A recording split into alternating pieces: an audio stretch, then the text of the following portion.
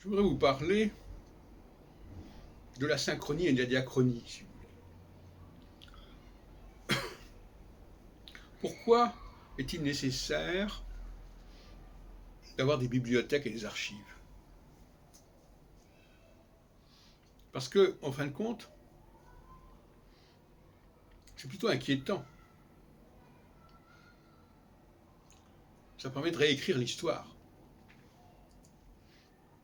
On croit que telle chose devait forcément arriver, et on s'aperçoit que ça n'est arrivé que en raison d'un élément particulier qui aurait pu fonctionner autrement.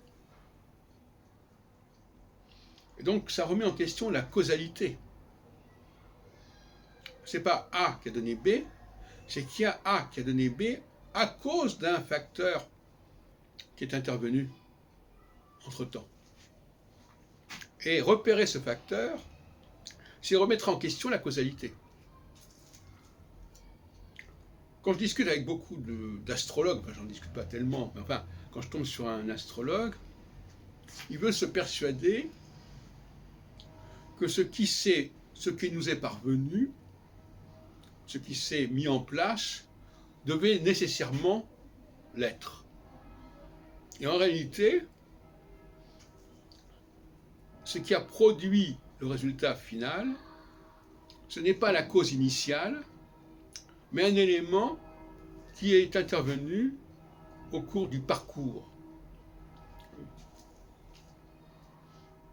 Quand on réfléchit, c'est un peu la démarche de la psychanalyse, quand on réfléchit sur l'enchaînement des événements, allant du point A au point B, on s'aperçoit souvent, si l'on fouille dans la mémoire, si l'on fouille dans les documents, dans les archives, que les choses auraient pu tourner autrement.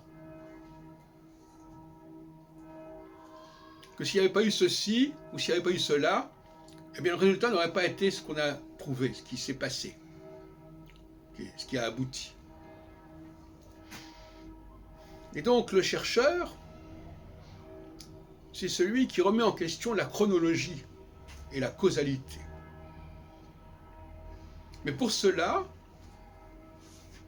comme je disais au début, il faut impérativement que l'on ait conservé des documents en vrac, puisqu'on ne sait pas forcément quelle est l'importance de ces documents au départ.